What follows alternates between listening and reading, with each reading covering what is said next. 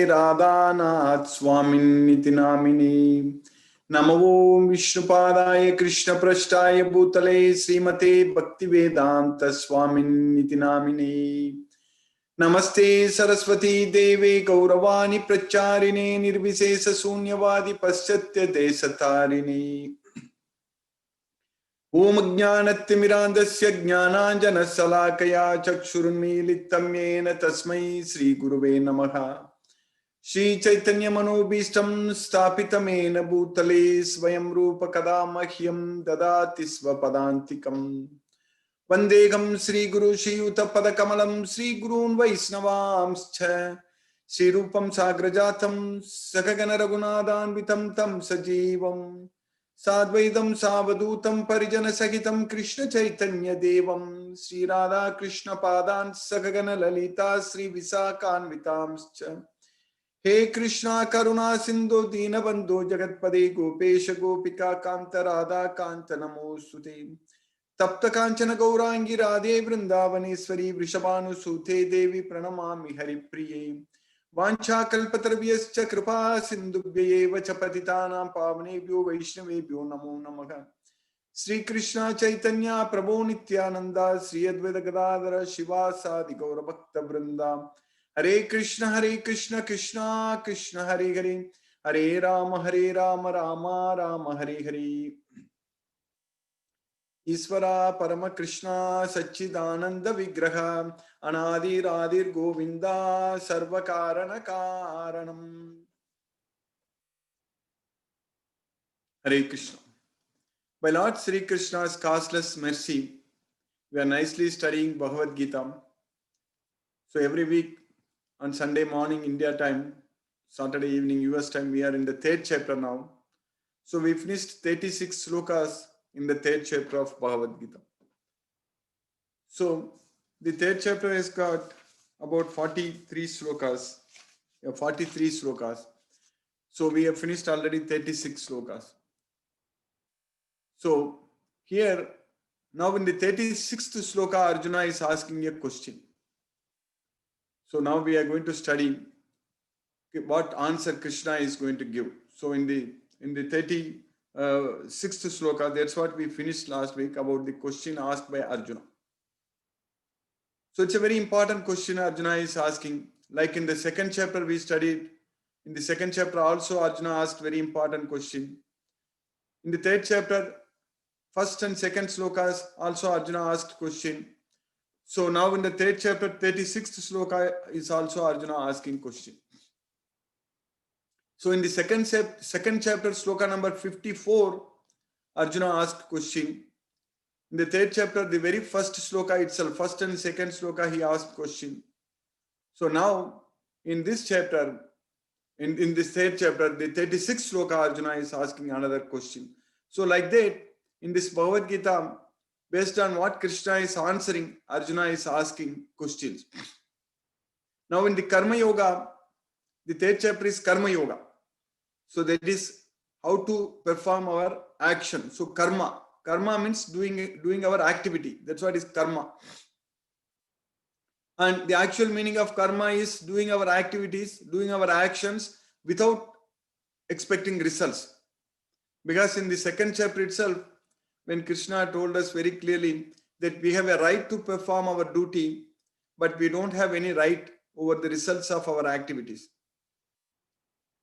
Because we need to understand very well that even though our body is performing, our body is doing the activity, but we are not the doer. That is the main thing.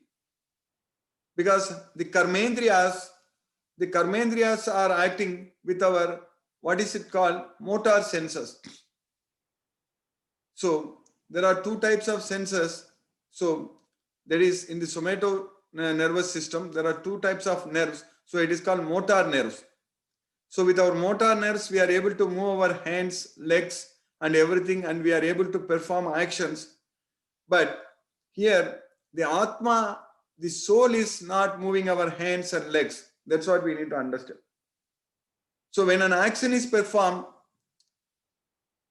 when our hand we are moving and doing an action, actually the Atma is not moving the hand. The soul is not doing anything. The soul is not the doer. Only the three modes of nature, that's what is doing. That impulse, that force is coming from the mode of nature, the three modes of nature. Based on what kind of attachment Atma has got, the soul. When the soul is attached to sense objects, then even though the soul, even though we don't want to do an action, still we will do it. So that is the science we need to understand here. It's a very, very highly scientific subject. This Bhagavad Gita is a perfect science. So as per Bhagavad Gita, Krishna is very clearly telling us, teaching us that we are the soul. We are not the body, we are the soul. The soul is inside this body. And the soul has got free will. So we can think, we can desire. Freedom to desire. Free will means freedom to desire. So when we desire, we have mind. So the mind gets attached. When the mind gets attached to the sense object, karma, there is, in this third chapter itself we studied, Krishna taught us very clearly, Karmendriyani samyamya ya aste manasa smaran. Indriya arthan. Indriya arthan is the sense objects. That's what Indriya arthan. Indriya is senses. Arthan is the object, sense object. Manasa smaran. Manasa smaran means one who remembers in mind. So when we remember the sense objects, so then when we think about sense objects, then the mind focuses on the sense objects, then we will come under the control of the three modes of material nature, especially the mode of passion. So that's what the Rajoguna. When we have attachment, when we think about the sense objects, when the mind just thinks about the sense object, then immediately the mode of passion, the Rajoguna, will take control of us. So that way, the mind is the tool what the soul has got. That is the Atma has got. So the Atma can actually think only through our mind, because the thoughts or the desires or the thinking and everything is only created in the mind. Because manogatan, prajahati yada kaman, sarvan partha manogatan. So this kaman means this desires. So manogatan means it's produced in the mind. It's all mental concoctions. So that's what manogatan. Prajahati yada kaman sarvan partha manogatan. So the desires also enter into our mind. The desires are entering into our mind. Apuryamanam achala pradishtam samudramapa pravisanti yadvat tadvat kamayam pravisanti sarve. It's again coming to our mind. So that way, this mind is a gateway. This mind is a central station where the desires are coming. So then our mind thinks about the sense objects. Then we will develop attachment. So then when we develop attachment to the sense objects, so then all the other problems are happening. So then we will come under the mode of passion. Then the mode of passion, Rajoguna, will force us to do. Then it will activate all our senses. So then the working senses, the karmendriyas, then we will start performing all the activities. But in reality, the soul is not doing any of those activities. The soul is simply not a doer at all. The soul is not performing. Only when our mind thinks about the sense object, then our body is performing and the senses are going after the sense objects, and three modes of material nature are doing their duty, doing the activities and everything. But the soul simply thinks that I am doing it. So we simply think that I am doing it. In fact, we are not doing it. What we are doing it, we are desiring it. That is the point here. We are thinking about the sense objects. That's what we are doing. That is the mistake we are doing. We are thinking about the sense objects. When we think about the sense objects, then we come under the mode of Rajoguna. That's what is the exact question what Arjuna is asking today, which we are going to study the answers. Because we are Krishna. That's why Krishna is also telling very clearly, because to understand very clearly scientifically that we are not the performer, we are not the doer. Only the three modes of material nature are doing everything. So we need to understand the science of our body, science of how our senses are working, how our mentioned in the very beginning about the motor nervous system, how they are working, and all such things are happening because the mind is going after the sense objects. That is the problem. If the mind is not going after the sense objects, then there is no problem at all. If the mind is not thinking about the sense objects, then there is no problem at all. Because when the mind thinks, mind goes after the sense objects, then we are getting ourselves into trouble. That's where the problem. So that's why in Bhagavad Gita, Krishna is repeatedly teaching us very clearly that you focus your mind upon me. So you control your mind. Make your mind as your best friend. So just always think about me. Don't think about anything else, only think about me. Become my devotee. Worship me. Always get connected with me. So that's what Krishna is repeatedly saying in this Bhagavad Gita, because we should not let our mind go after the sense objects. In fact, if we think about Krishna, then it is possible for us to control our mind. Then we can control our mind in such a way that it won't go after the sense objects. Because when we focus our mind on Krishna, then the mind will be under our control. So that's why in the 6th chapter, Krishna is teaching us very clearly that how to control the mind. And once we control the mind, our mind will be our best friend. But if we don't control our mind will remain our worst enemy. Bandhuratma tatmanastasya yenatmaiva atmanajitaga anatmanastu satrutve vate tatmaiva satruvat. So the mind is the friend for one who has controlled it, but for one who has not controlled the mind is the enemy. So that way, Krishna is teaching us in Bhagavad Gita about how to control the mind. All such things, because that is the most difficult thing for anyone to do. That is the most difficult thing, to control our mind. If anyone claims that he has controlled the mind, if our mind is completely under our control, that's it, we are going to go to Krishna. There is no doubt about it. So that way, the mind control can happen. The mind can be our friend only when we have this complete knowledge of Bhagavad Gita. So with Bhagavad Gita knowledge, we will be able to focus, we will be able to control our mind. Because we'll be able to focus our mind on Krishna. So whereas here, Arjuna is asking a question. Like in the 36th sloka, what we studied in the 3rd chapter. Arjuna uvacha atakkena prayittoyam papam charati purushaka anichanna pivarsneya baladiva niyoj.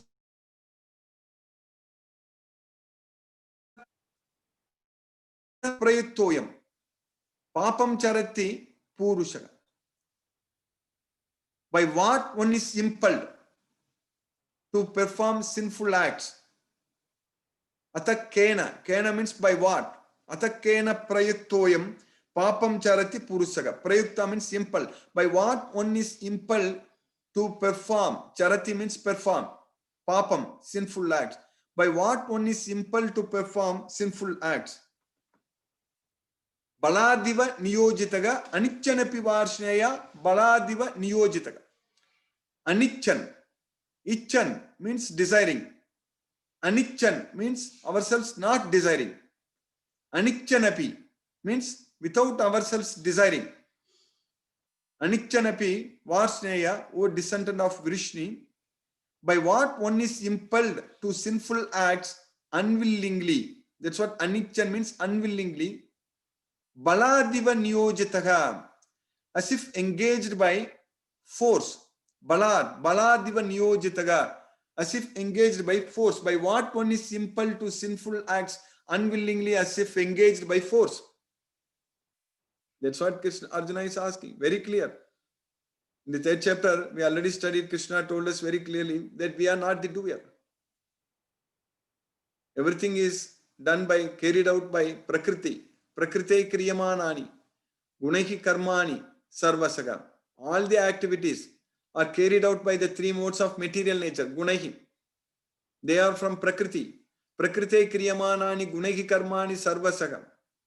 Ahankara vimudatma karta aham iti manyade. Whereas a person due to false ego, ahankara, he thinks that I am the doer, I am doing it. But we are not the doer, we are not doing it. Only the three modes of material nature are doing everything. So that already Krishna told. Already Krishna in the third chapter we already studied. So just a couple of weeks ago we studied that in the sloka number 27. So yeah, in the sloka number 27 we studied. Prakrite kriyamanani gunehi karmani sarvasaga ahankara vimudatma kartaham iti manyade. Now in the sloka number 36, Arjuna is asking the question, by what one is impelled to sinful acts unwillingly as if engaged by force? So it's a very important question. All the questions asked by Arjuna is very, very important. Because this is giving us so much of knowledge. We need to know the answer. Even Krishna also told Arjuna that due to ahankara only you are telling me you will not fight. But you will be forced to fight by the modes of material nature.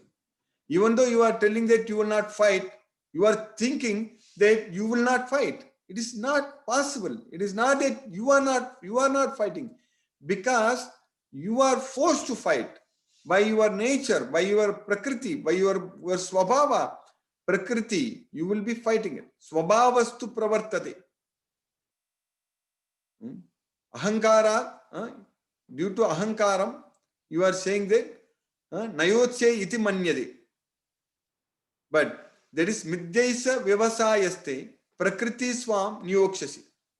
Yadahankaram asritya nayotsya iti manyade. So because of ahankara, because of false ego, you think that I am not going to fight. I am not fighting. But still you will be forced to fight by your nature. Yadahankaram asritya manyase nayotsya iti manyase atachetvam ahankarat. Then Krishna is saying that prakriti, by your prakriti, you will be, by your swabhava, you will be fighting. That's what Krishna is saying there. So that way here, because of our nature, we will do it in certain way. Nobody can stop it. That is because of the nature, because of the three modes of material nature, and they are acting on us. Because when we are attached to the sense objects, when we are thinking about the sense objects, then we will act in that way only. Nobody can stop it. The only way we can stop it is only by realizing that we are the soul and understanding this Bhagavad Gita and surrendering ourselves unto Krishna and doing everything for Krishna without having any attachment to anything in this material world other than Krishna. That's it. We should not have any attachment to anything in this material world. We should be attached only to Krishna. That's it. So if we are attached only to Krishna, then by Krishna's mercy, we will be able to transcend beyond the three modes of material nature. Because that is the only way we can free ourselves from this ahankara, from this gunas. The only way to free ourselves from the three modes of material nature is surrendering unto Krishna. No other way. By loving Krishna, by studying Bhagavad Gita, understanding Bhagavad Gita, and serving Krishna, and all the time remembering Krishna and surrendering unto Krishna, then only we will be freed from the three modes of material nature. If we don't remember Krishna, if we don't love Krishna, if we don't know Krishna, if we don't know Bhagavad Gita, that means we are connected only with this material world, material sense objects. These only two ways only are possible. There is no third way. There is only, either we can be Krishna conscious or material conscious. That's it. With the knowledge of Bhagavad Gita, by studying Bhagavad Gita again and again, understanding Bhagavad Gita, by serving Krishna, we will be Krishna conscious. And if we don't have the knowledge of Bhagavad Gita, then if we forget Krishna, then we will be material conscious. That's it. So that way, with Bhagavad Gita knowledge, we understand this point very, very clearly. And we know that we can free ourselves from the three modes of material nature only by surrendering unto Krishna only. So for this question, when Arjuna asked this question in the third chapter, sloka number 36, Atakena prayuttoyam papam charati purushaga anichanapi varshneya baladiva niyojitaga Then now Sri Bhagavan, the Supreme Personality of Godhead, Sri Krishna is answering. Sri Bhagavan Vacha Kamayesa Krodayesa Rajoguna Samudbhavaka Mahasano Mahapapma Vidyenam Nigavairinam Kamayesa Krodayesa Rajoguna Samudbhavaga. That is because of Kama and Krodha. That's what is forcing you to act. Because Arjuna asked the question, by what one is impelled to sinful acts? Ata kena prayuttoyam papam charati purusagam. By what one is impelled to sinful acts, unwillingly as if engaged by force. Anichanapi varsneya baladiva niyojitagam. Sri Bhagavan Vacha, the Supreme Personality of Godhead, Sri Krishna said, that is lust and anger, kama and krodha. So kama means, lust means desires. So desire to gratify the sense objects. So too much attachment to material sense objects. That's what is kama. Kama yesa, krodha yesa. With kama, krodha also comes. Anger also comes. Krodha means anger. We already studied about it. In the second chapter, in the sloka number 62 and 63, we studied. Krishna said that Dhyayato Visayan Pumsaga Sangaste Supajayate Sangat Sanjayate Kamaga Kamat Krodho Abhijayate Kamat Krodho Abhijayate. So there is Kama Yesha, Krodha Yesha, Rajoguna Samudbhavaga. These two things are formed, produced by what? By the Rajoguna, by the mode of passion. But how the Rajoguna is produced? How the Rajoguna is coming and acting on us? The Rajoguna is acting on us when we are having attachment. Rajo Ragatmakam Viddhi Trishna Sanga Samudbhavam. So Rajoguna, that is Ragatmakam Viddhi. Raga, from the attachment, so it's produced. Samudbhavam. Samudbhavam means Udbhavam. Udbhavam means it's produced.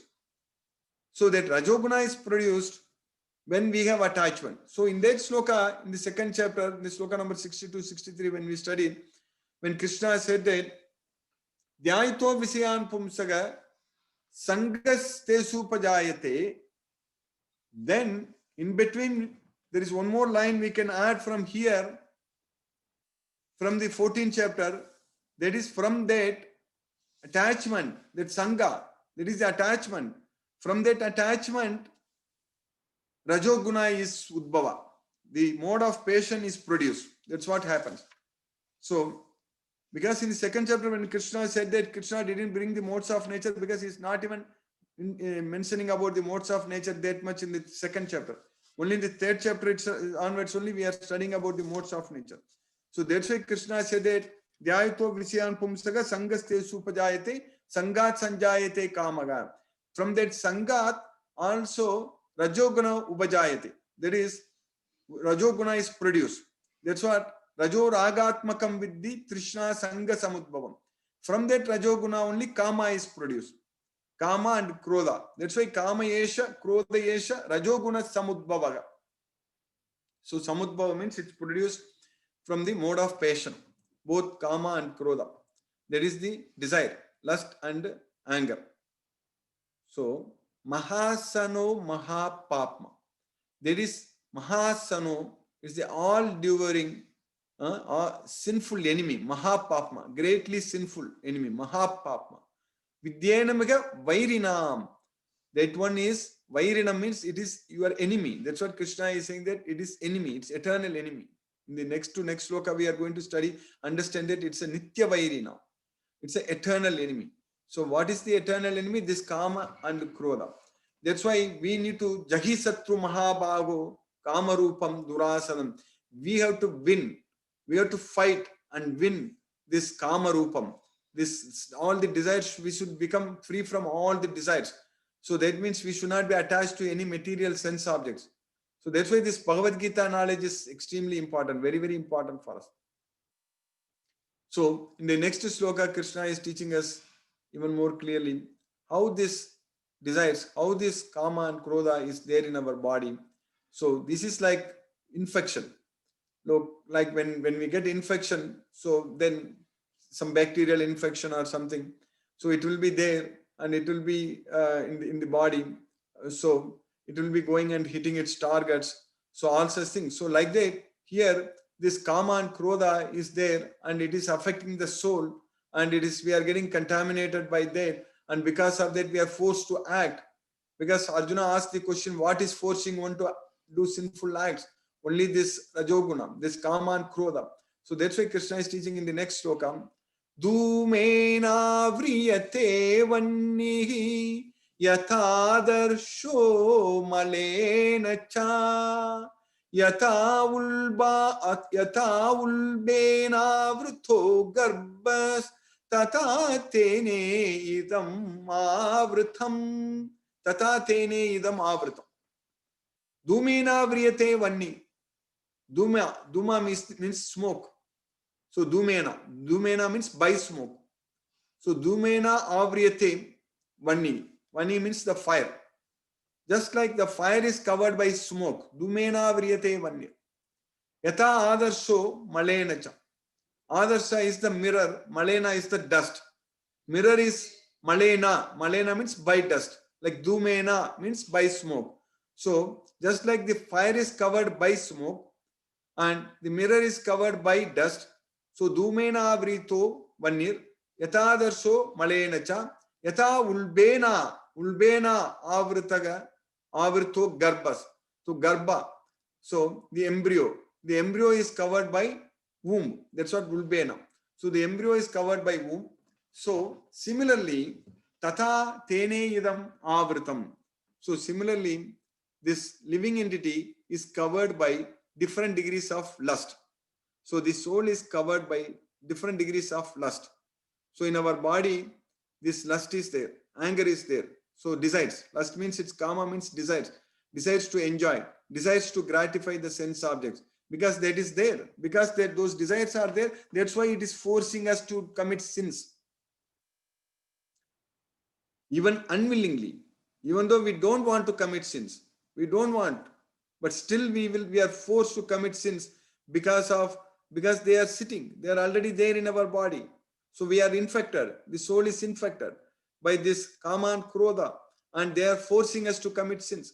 That's why Krishna is saying that Dhumena vriyate vanir yato adarsho malena cha yata ulbena vrutho garbhas tata tene idam avrutham. Just as the fire is covered by smoke and mirror is covered by dust and the embryo is covered by womb, the living entity is similarly covered by different degrees of lust. So now in the next sloka, Krishna is continuing that in the sloka number 39, Krishna is saying that Avrutham jnanam etena jnanino nitya vairina kamarupena kaunteya duspurena nalena cha. Avrutham jnanam etena. Avritam jnanam. Avritam means covering our knowledge. That's what avritam jnanam etena. So this covers our knowledge. Jnanino nitya vairina. So it is the eternal enemy of the jnani, the knowledgeful person. So it is the eternal enemy. So that's why avartam jnanam etena jnanino nitya vairina kama rupena kaunteya. Its form is kama. Kama Rupam. O Kaunteya, O son of Kunti, its form is Kama. Kama Rupena Kaunteya. Duspurena Analena Cham. It burns like fire. Duspurena Analena. Duspurena Analena Cham. Avritam Jnana Metena. Jnanino Nitya Vairina. Kama Rupena Kaunteya. Duspurena Analena Cham. So this lust, this anger, so that covers our knowledge, our real knowledge, and it burns like fire. Avartam jnana means it covers our knowledge, and its form is Kama Rupam and it burns like fire. That's what Krishna is saying that. Avrtam jnanam etena jnanino nitya vairina Kama Rupena Kaunteya Duspurena Analena. In the next sloka, Krishna is saying that where these things are located in our body. Where is it located? So we need to know. If we are infected, we know that the bacteria or the infections, where they are in our cell. So here Krishna is saying that Indriyani mano buddhir asyadishtanam uchyate etair vimohayati esha jnanam avritya dehinam. Indriyani mano buddhir. So Indriyani is the senses. Mano is the mind and buddhir is intelligence. Indriyani mano buddhir asyadisthanam uchyate. So it is seated. It is seated in the senses, mind and intelligence. Indriyani mano buddhir asyadisthanam uchyate. Etair vimohayati esa. So it is actually confusing. It's bewildering. It bewilders us. Etair vimohayati esa jnanam avritya dehinam. Jnanam avritya. That's what in the previous sloka we studied. Avritam jnanam. Avritam jnanam etena. So it covers our real knowledge. So similarly here, jnanam avritya dehinam. So it is sitting in our mind, senses and intelligence and covering our knowledge. So that's why Indriyani mano buddhir asyadisthanam uchyate etair vimohayati esa jnanam avritya dehinam. So that way, mind, senses and intelligence are the sitting places of this lust. So now it covers our knowledge. So being sitting in our, so that way we are contaminated. We need to now clean. We need to clean ourselves with the knowledge of Bhagavad Gita. Because this Bhagavad Gita in the 4th chapter we'll study in one sloka. Krishna says that this Bhagavad Gita is the purifier. So with the purifier, we need to purify our soul. So we need to cleanse. We need to clean our soul with all this contaminations. So this kama and krodha and everything. So for that, Atma Suddhaye, in order to purify our soul, we need to perform our activities without any attachments. So we need to prove that we are not having any attachment to the results of our actions. So that way we will be able to purify. That's why we need to achieve that status of yoga. So that yoga, we need to purify ourselves. So for that, this Bhagavad Gita knowledge is very, very important. So only with the knowledge of Bhagavad Gita, we are getting so much of science. And once we act using this knowledge, we will be able to clean ourselves, clean our soul and purify our soul. And we will be able to get out of this material bondage by Krishna's mercy. So today by Krishna's causeless mercy, we have successfully finished 4 slokas, 37 to 40 in the 3rd chapter of Bhagavad Gita. We have just 3 more slokas to finish the 3rd chapter. Hare Krishna. Next week we'll finish the 3rd chapter and we'll start the 4th chapter. Hare Krishna. I'll stop now and we'll discuss if any questions are there. Hare Krishna. Hare Krishna.